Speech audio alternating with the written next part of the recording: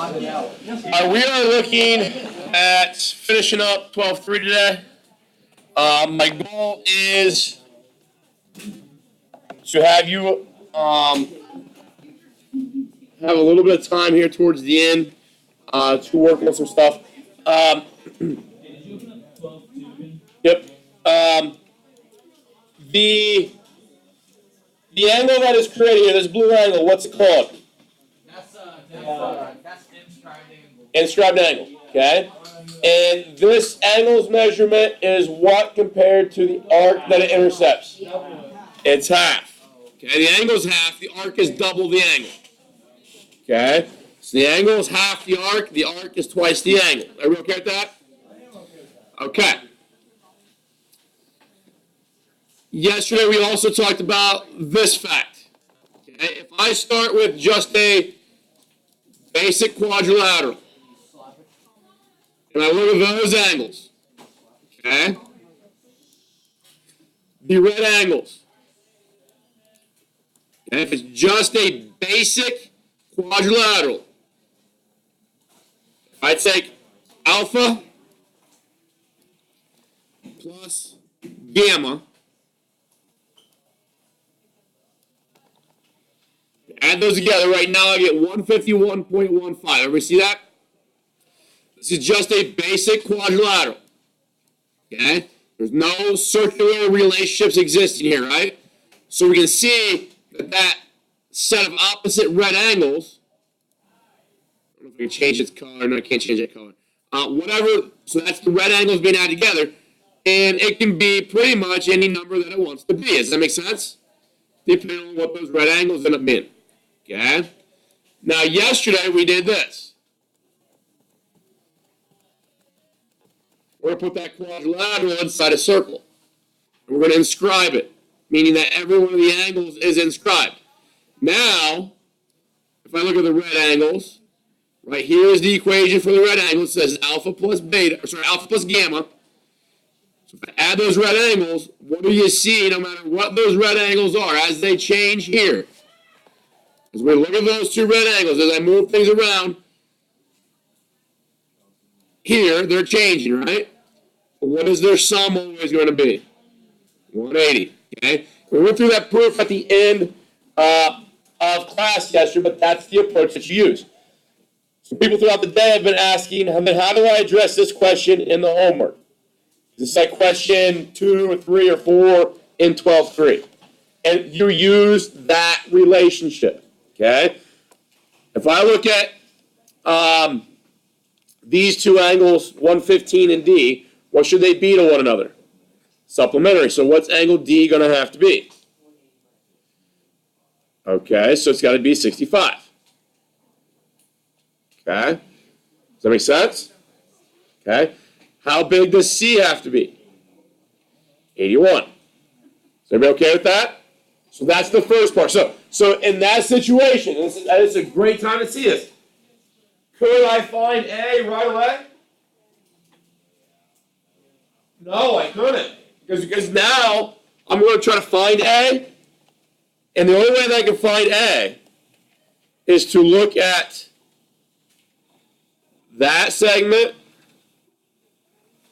and that segment. Do they intercept that arc right there? Okay.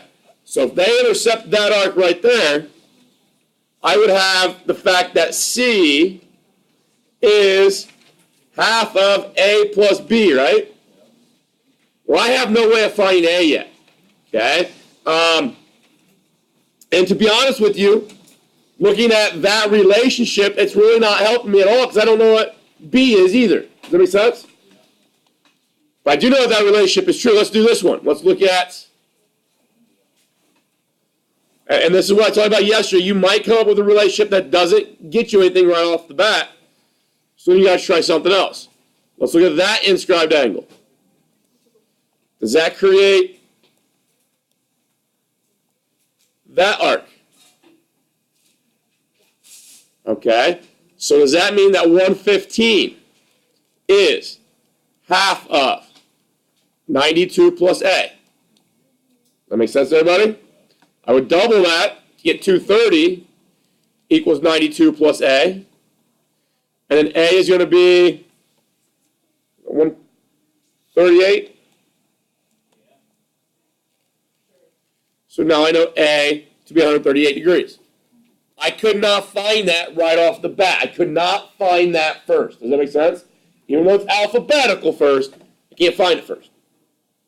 Okay? But now I know A. Do I know C? So I know 81 is equal to 1/2 of 138 plus B. It's going to be 162 is equal to 138 plus B. Can I solve for B there then? Okay, so that question is using that concept that opposite angles of a quadrilateral inscribed in a circle have to be supplementary. And that gives me C and D's values, and then we look at C and D being inscribed angles, 115 being an inscribed angle, and that allows us to find A and B.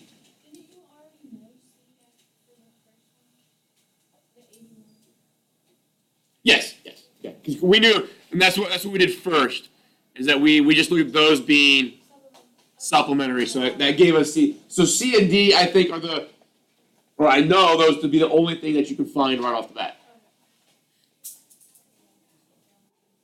Okay. All right. So that hopefully rehashes some of the stuff we talked about yesterday. Let's kind of take that a little bit further and finish off section 12.3. We have that inscribed angle. And what I'm going to do is create what we call a secant line right here. Okay? Basically, it's just extending that chord into a line. Does that make sense, everybody? Okay?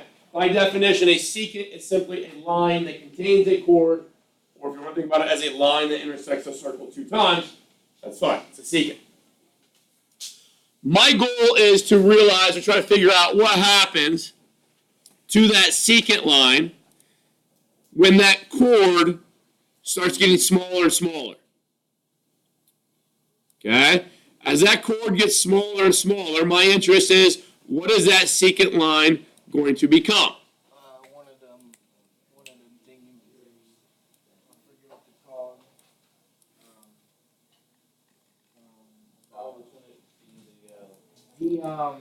It's going to be a tangent. Okay, so it turns into a tangent. So now I want to talk about the approach that we use to show that it turns into a tangent. If I zoom in on, so this aspect of zooming in and moving C closer and closer to D is a calculus concept. Okay, and I explained this in the last class. Kind of think about it this way. If you were 16 years old today, and tomorrow is your birthday, at midnight, do you add an entire year? Yes. No, at to your life, at midnight, on your 17th birthday, you have added only a second of life. Does that make sense? That's all the older you are than when you were labeled as being 16 years old. Does that make sense? Okay? It's not like when I'm, let's say that I'm 15 years old, and I go through an entire year being 15 years old, and then on my birthday, I grow 4 inches instantaneously, I grow a beard, and I gain 10 pounds. That doesn't happen, right? It's all progressive. Okay? So a lot of your calculus concepts are that way. Okay? This secant line progressively turns into a tangent. And the way that happens is that this distance here between C and D gets smaller and smaller and smaller. Now, because of some of our concepts in calculus, the way our number lines work and all that kind of stuff, I can keep doing this forever. I can keep zooming in and moving this chord smaller and smaller. But what we've got here is that right there is still your circle. We're just zoomed in on it so far that it looks like a line. Does that make sense? This is still one of my chords. Okay? If we look far enough, you can start to maybe see, zoom in enough, these two lines will separate eventually. I'm just afraid that when I scroll, it's going to bounce too far. There we go.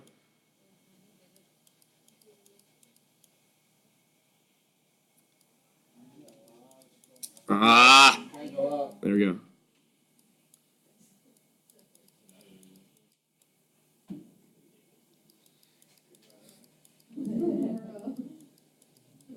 hope it went up. I think it went down. Yeah, it went down. Go to the other one. Yep. All right, so the idea is, and if we can focus on just staying there, eventually you're going to see a gap between the blue and the black line. They look like they're together. There's going to be a gap, but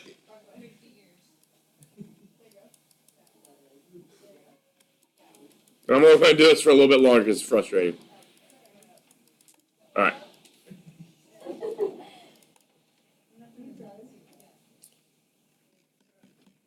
So the idea is this, guys. Right now, you can't see the fact that there's two things there, right? If I zoom in, are they indeed separate? Okay, so that's the idea. Now, no matter how close, now the reason it wasn't working initially is because I had these things really close. This number here is the distance of C to D, okay? C to D is not a very big distance right now, right? Keep scrolling in. Now, the calculus aspect is that I should always be able to zoom in on that and eventually start to see if they separate. Okay? Does that make sense? So, I still have a chord here. Now, when we zoom out, kind of zoom out to a kind of reasonable view of this thing, you can kind of see how close C and D really are to one another if we look at the original picture, right? They're almost on top. But the distance here, okay, 0.0003 units. If that's inches, that's very small, right? Okay, whatever that unit is, that's a very, very small dimension. But it's still a chord. Does that make sense, everybody? So you still here have an angle. This 78.6 is still the angle created by that chord and the other blue chord that is there. That is this long. Okay? So this purple arc is still the intercepted arc. Okay, does that make sense? Now, that idea of that distance being able to get smaller and smaller and let it be as small as I ever want it to be. So if I wanted, 30 zeros and then my first value here, I could make that happen. Okay? When you get to calculus, you talk about things called delta epsilon limits.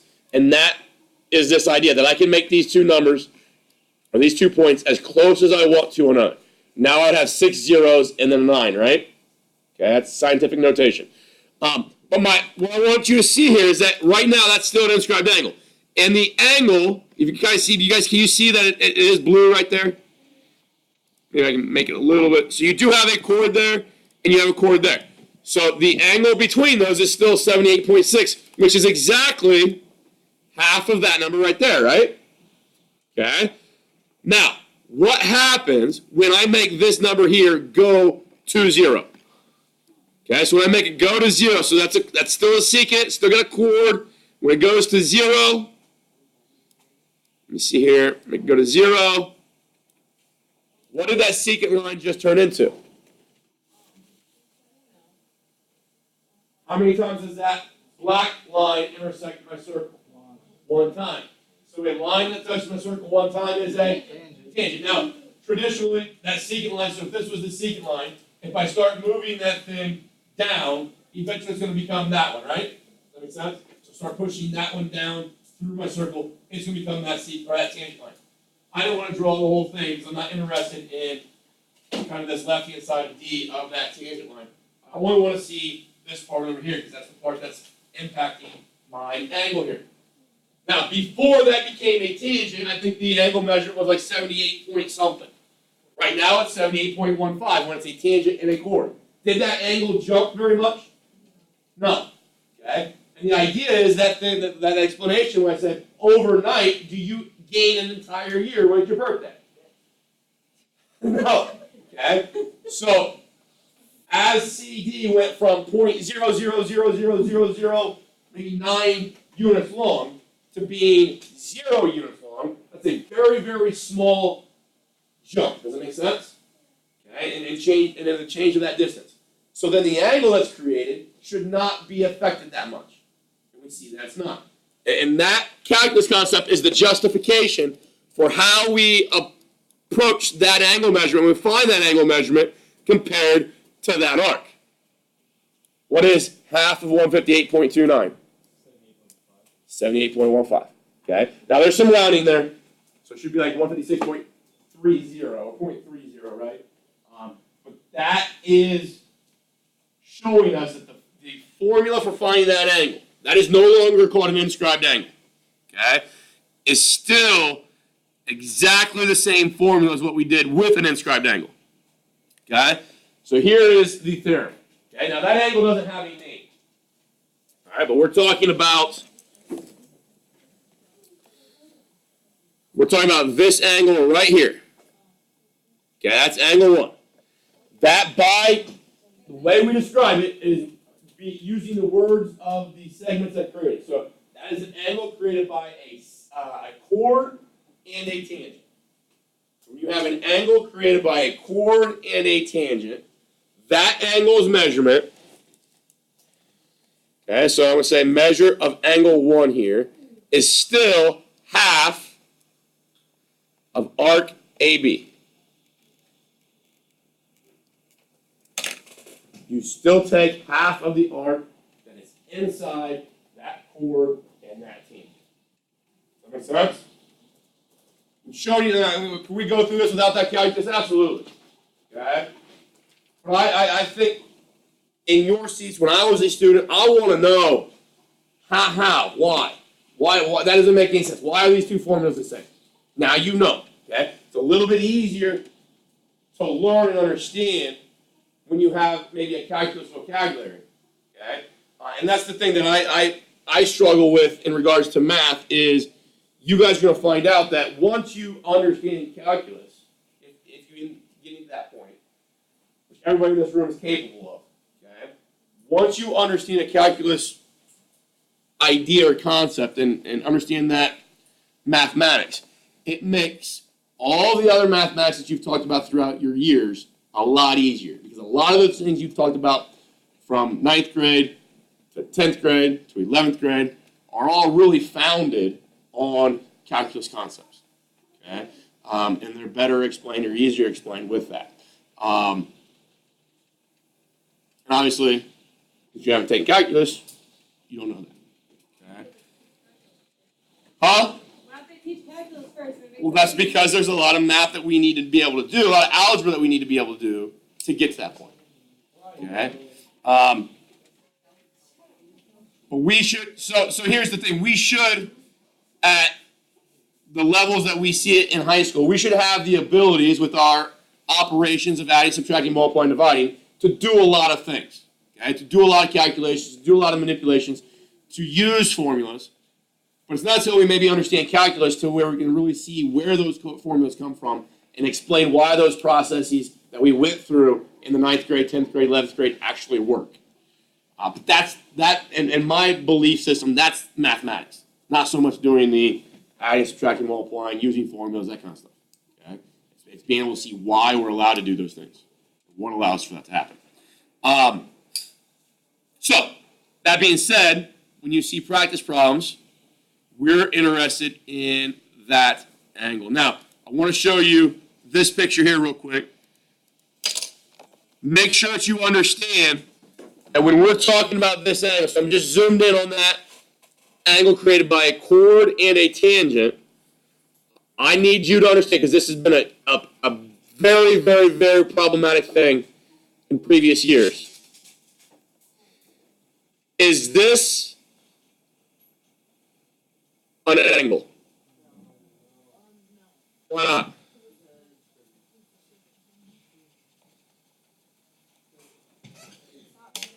If you're going to identify something, okay, so you're getting at what I'm trying to say here. But if I'm trying to identify something, what do I use to identify it? What do I use to categorize it? It's definition. Good. Okay. Does that thing meet the definition of an angle? No. An angle is a shape created by two rays that share a common vertex, right?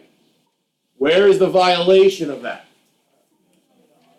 Yes, the purple thing is not a ray, right? Yes, we don't have an angle. I've had in the past people that mess these questions up or have issues with these circle things, especially with the chord and the tangent, is that they think that's the angle that you're interested in. Okay? That thing right there, from the blue to the purple, that has no name. Okay? Or no name that we're worried about, if it does have a name. The angle we are interested in is everything that's yellow. Is that okay? Okay. So I think it's important to make that connection because you might see some of that in your homework. These slides here, guys, all this is the way I had to create these PowerPoints when I didn't have GeoGebra. Okay, because I couldn't show those movements as easily as I could with GeoGebra, so I had that stuff. So let's go to some examples.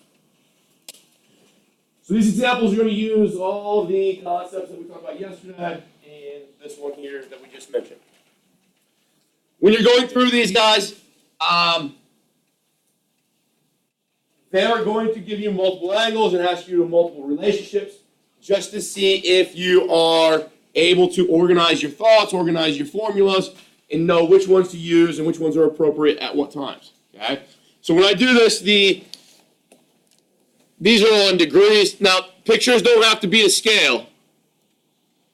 Okay, so AB, does that arc look like 140 degrees? Probably not. Okay.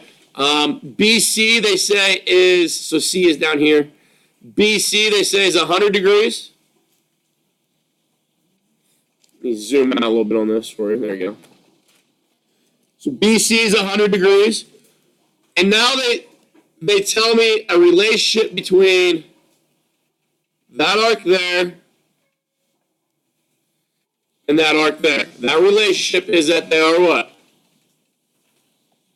They're equal. They're the same. How many degrees have we used so far? 240. How many would be left over for these? 120, right? But they're saying the purple one and the blue one should be the same.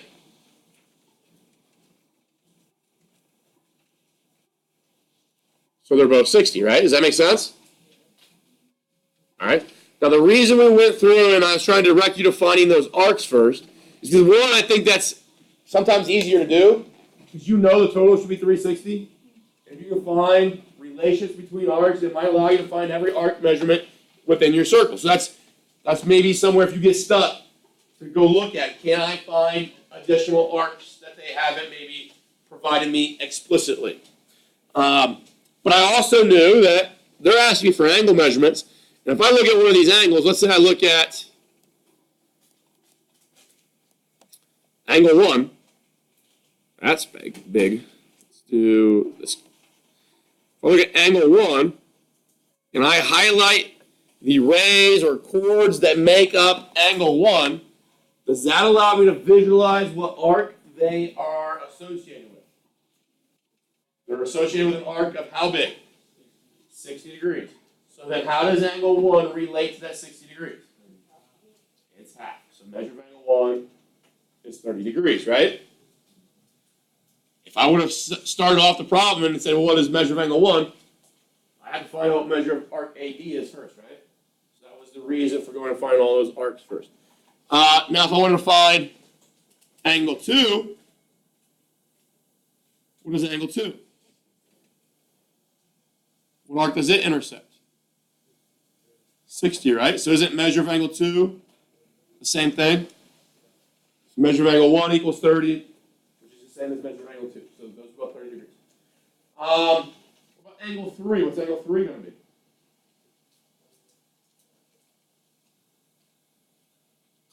Angle 3 intercepts this arc of 100, right? So let's say 50.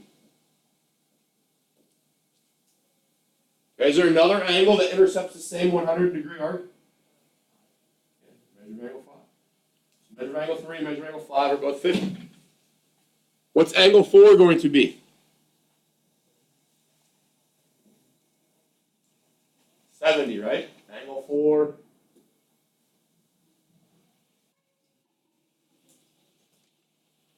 Intercepts that arc of 140. So half of 140 is 70. Questions on that? Is that something we can do? All right. I think, and I'm in the same boat as you guys. You've heard me say, redraw the picture.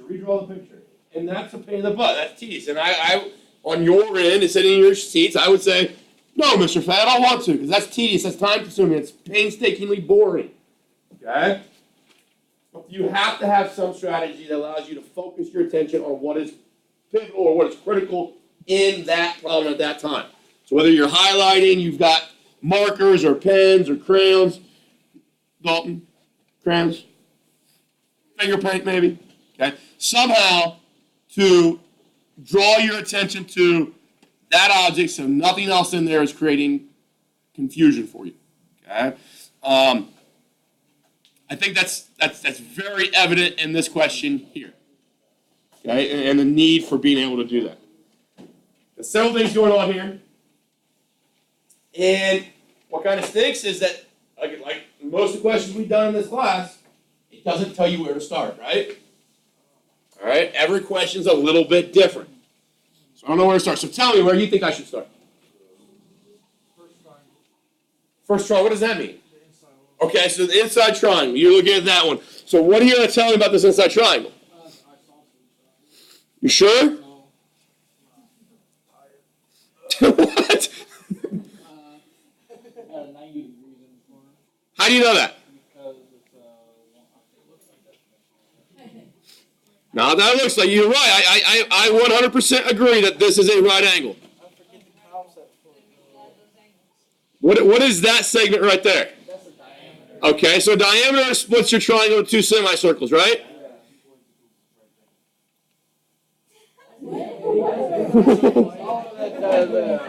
angle arc has to be half of the. Okay, so this angle here, this green angle, by definition, is it an inscribed angle? Yeah, its vertex is on the circle, right?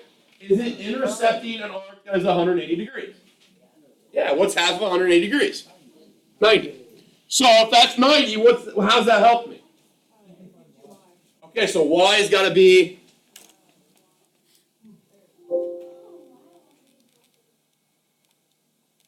55, doesn't it? Because you got 90 plus 35, that's 125. 180 minus 125 is 55. Okay? That's a great approach. Let's do something else. If that's 180, does anybody know what this arc right here would be? 70. Because it's it's twice as big as that angle there, right? Is that okay with everybody? If you can't see that, my suggestion, get some glasses, wipe that away, wipe that away, and now it's just a inscribed angle and its intercepted arc, right? Okay, so that arc is going to be 70 degrees. And now, again, we're talking about that arc right there, correct? So that's 70 degrees. You already told me this arc out here was 180, right? So that's 250. How big does this arc up here have to be? 110. Now, the reason I would look at that and be interested in that is because what kind of angle is that right there?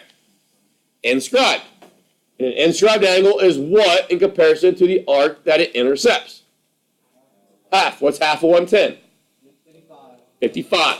Is that an alternative way of finding that measurement, right? So you can either use your right triangle stuff or use your circle stuff, or if you really know what's going on, really know your stuff, you can use both to check one another. Okay? So that's 55. Now let's solve for x. Now what is going to be useful, I think, here, obviously you're going to need to know this arc here was 70 degrees. And the reason for that is because if I get rid of this stuff here,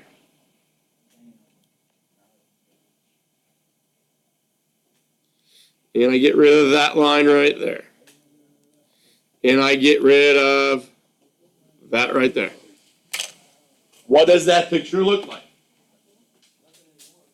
Huh? Looks like an angle.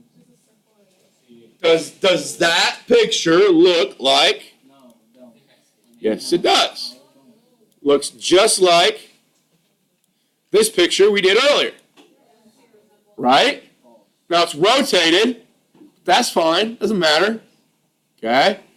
Is everybody okay with that? So what was this angle compared to that arc? It was half.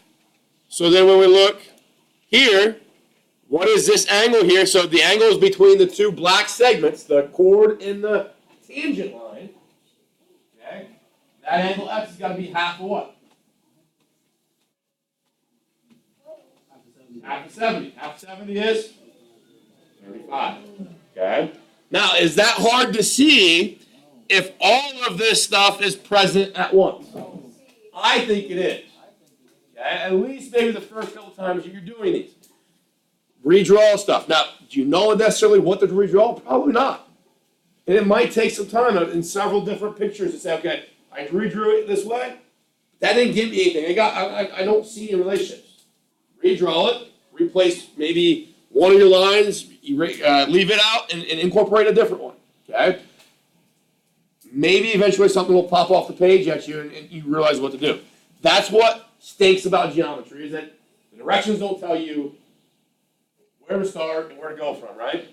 And ultimately, mathematics doesn't do that ever, but you do see patterns in like factoring and stuff like that you know, I did this, so I got to do this, so I got to do this. This type of question doesn't do that, okay? And a lot more of mathematics after geometry doesn't do that. Okay? The way we apply mathematics in the real world, you know, if I'm building a house, the lumber doesn't say, hey, make a right angle out of me, okay? You just have to be able to figure that out, right? Okay? You have to have some logical problem-solving skills. All right, what about, one more for you. Find A, B, and C here. Just take a minute and do that on your own. A, B, and C.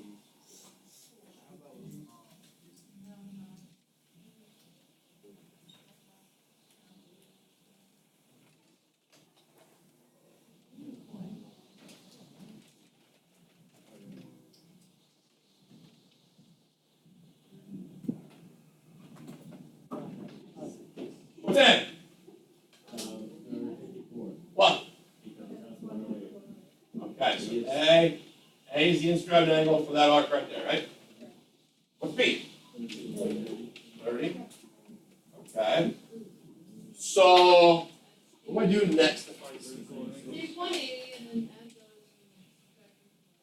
those. Okay, so it gives me 96. Where's that 96?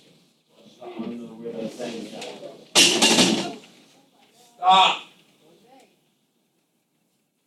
96. So how did you know this variable? Okay. Later on, and this is what I'm going to ask you to look at in your homework tonight.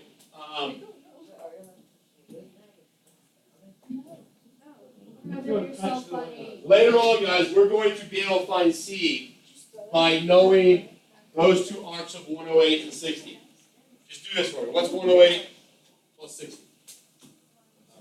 168. Okay, so 168. Take half of 168. 84. That angle right there and that angle right there are 84. How does that help me get 96? Supplementary angles there, so 84 and 96, 8.8. So that's another way of finding C.